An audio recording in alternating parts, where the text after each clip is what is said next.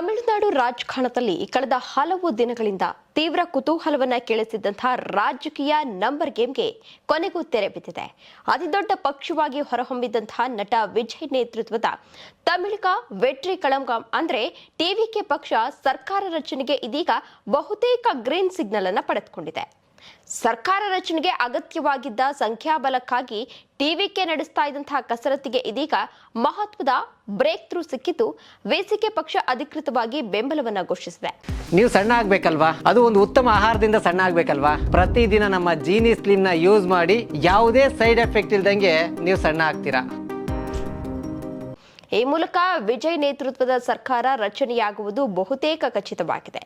ನಿನ್ನೆ ಬೆಂಬಲವನ್ನ ಘೋಷಿಸಿ ಬಳಿಕ ಹಿಂದೇಟು ಹಾಕಿದ್ದ ವಿಸಿಕೆ ಪಕ್ಷ ಕೆಲವು ಷರತ್ತುಗಳನ್ನು ಮುಂದಿಟ್ಟಿತ್ತು.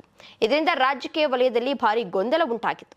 ಆದರೆ ಈಗ ಎಲ್ಲಾ ಅಸಮಾಧಾನಗಳಿಗೆ ತೆರೆ ಎಳೆದಿರುವಂತಹ ವಿಸಿಕೆ ನಾಯಕತ್ವ ಟಿವಿಕೆ ಸರ್ಕಾರಕ್ಕೆ ಬೆಂಬಲವನ್ನ ನೀಡುವುದಾಗಿ ಅಧಿಕೃತ ಪತ್ರವನ್ನ ಬಿಡುಗಡೆ ಮಾಡಿದೆ. ವಿಸಿಕೆ ನಾಯಕ ತಿರುಮಾವಳನ್ ಹಾಗೂ ಸಿ ಜೋಸೆಫ್ ಅವರ ಬೆಂಬಲವನ್ನ ಪಕ್ಷದ ಮುಖಂಡ ಅರ್ಜುನ್ ದೃಢಪಡಿಸಿದ್ದಾರೆ.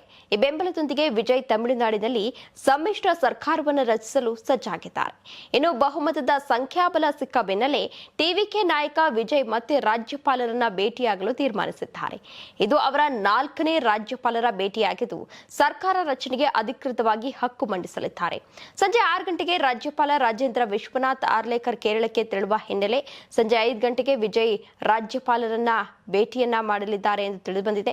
ಒಟ್ಟಿನಲ್ಲಿ ಚಿತ್ರರಂಗದ ದಳಪತಿಯಾಗಿ ಜನಮನ ಗೆದ್ದಿದ್ದ ವಿಜಯ್ ಇದೀಗ ರಾಜಕೀಯದಲ್ಲೂ ದೊಡ್ಡ ಹೆಜ್ಜೆ ಇಟ್ಟಂತಾಗಿದ್ದು ತಮಿಳುನಾಡಿನಲ್ಲಿ ಹೊಸ ರಾಜಕೀಯ ಅಧ್ಯಾಯ ಆರಂಭ ಆಗುವ ಕ್ಷಣಕ್ಕೆ ರಾಜ್ಯ ಸಾಕ್ಷಿಯಾಗ್ತಾ ಇದೆ.